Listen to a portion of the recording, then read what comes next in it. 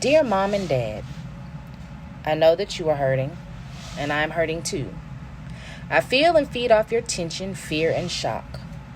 Although I am young and cannot express verbally what is happening in our lives, I am still feeling the impact.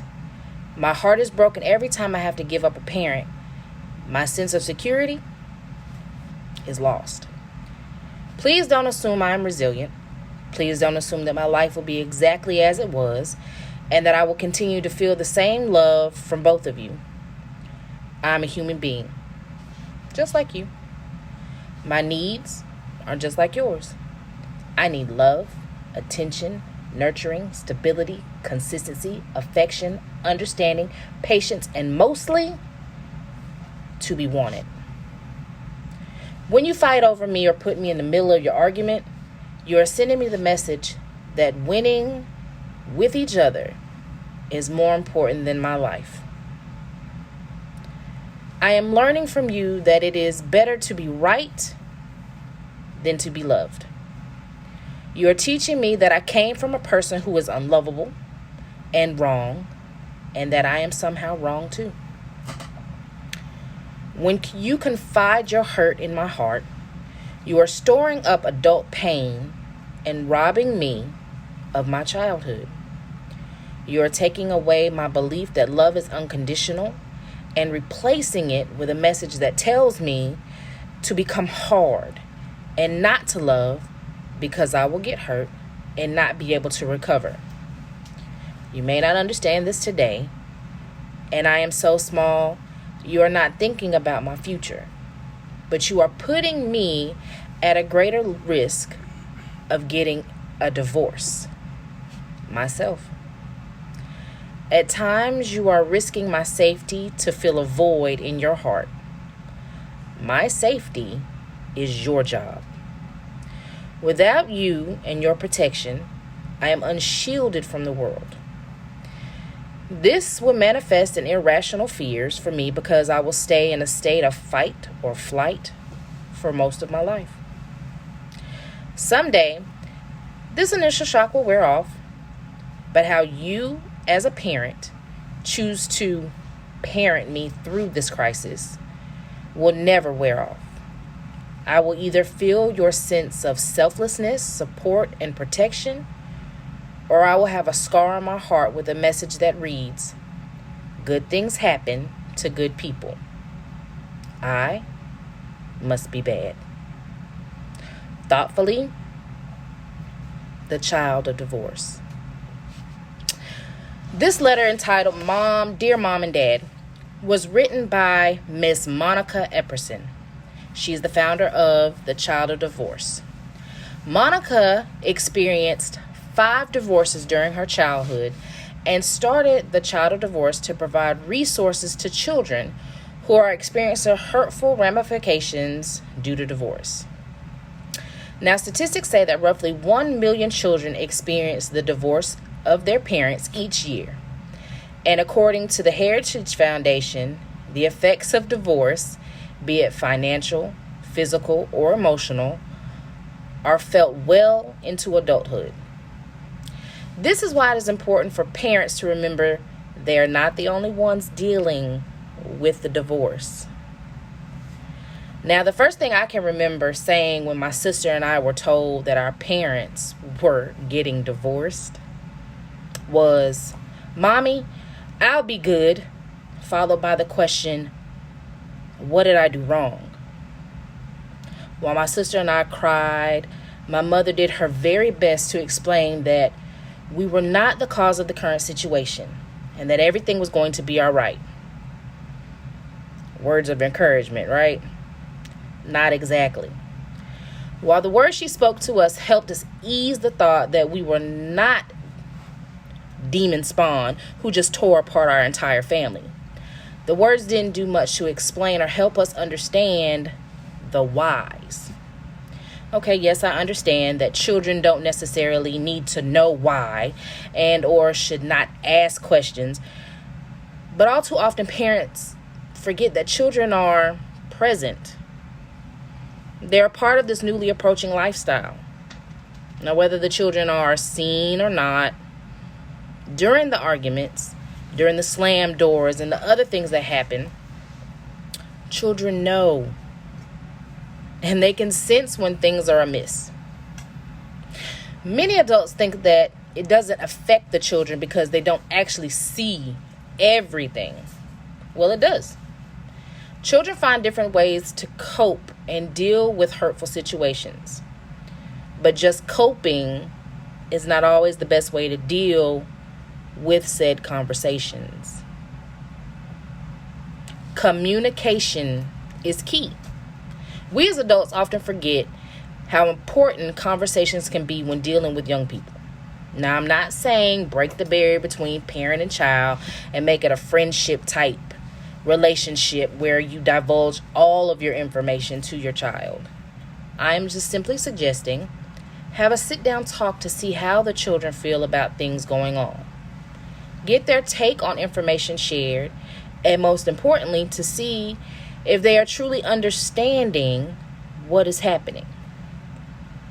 Here are a few other tips, that may help for those who are currently dealing with a divorce, currently dealing with a separation, or someone who's kind of on the fence and not exactly sure how to break the news to their children or their child. And maybe even for someone who hasn't quite made up their mind as to whether or not divorce is the right option.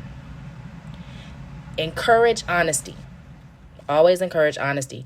Kids need to know that their feelings are important to their parents and that they will be taken seriously. If they're not exactly sure how to word it, help them put their feelings into words.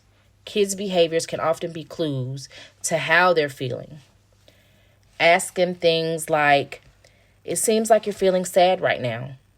Do you know what's making you feel sad? Always keep your ears open. Be a good listener, even if it's difficult for you to hear what they have to say. Legitimize their feelings.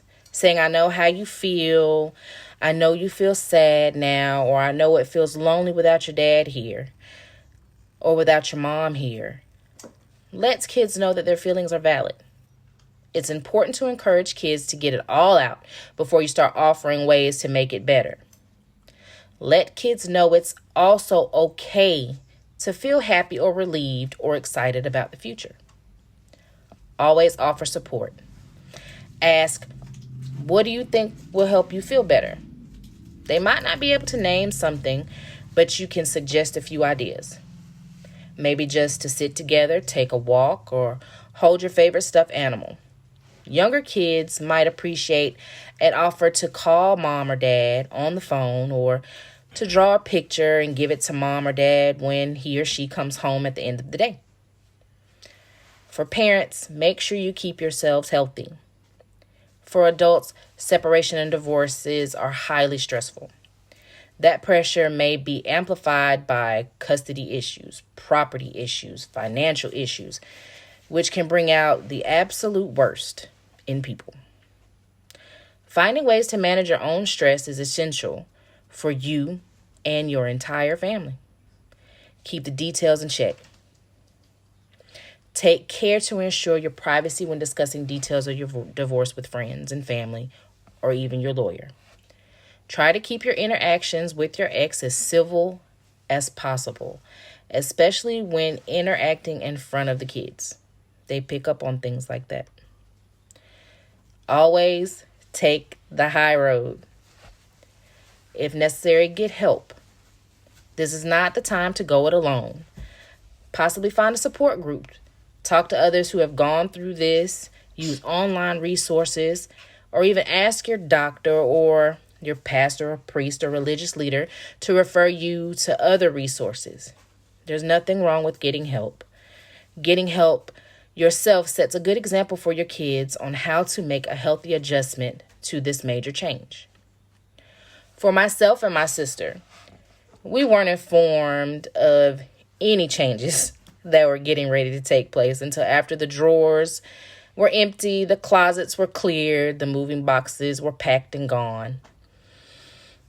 I'm not sure if it was because my mom wanted to keep us from being hurt, or if she just wasn't sure how to bring it up.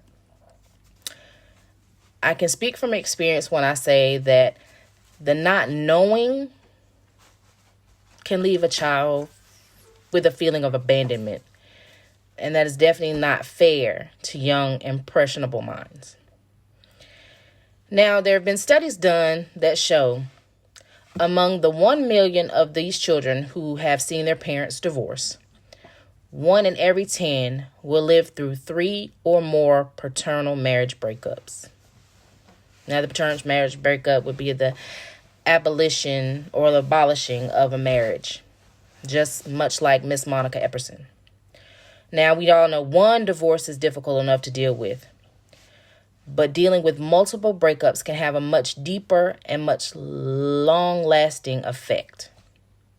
Now, another study of children 6 years after a parental marriage breakup revealed that even after all that time, these children tended to still feel lonely and unhappy, even anxious and insecure.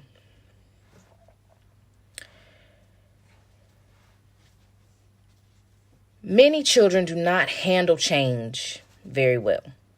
Change is difficult for everybody, especially when things are not explained in a way that can help ease the frustration, not give them new coping skills, and their trust, even in the end, seems to be depleted. Now, I'm going to leave you with this. Everyone does not have to walk in your shoes, nor does anyone have to live your life. But the children that look up to you for guidance and reassurance and love have to take the journey with you. Remember that their feelings and well-being are important too.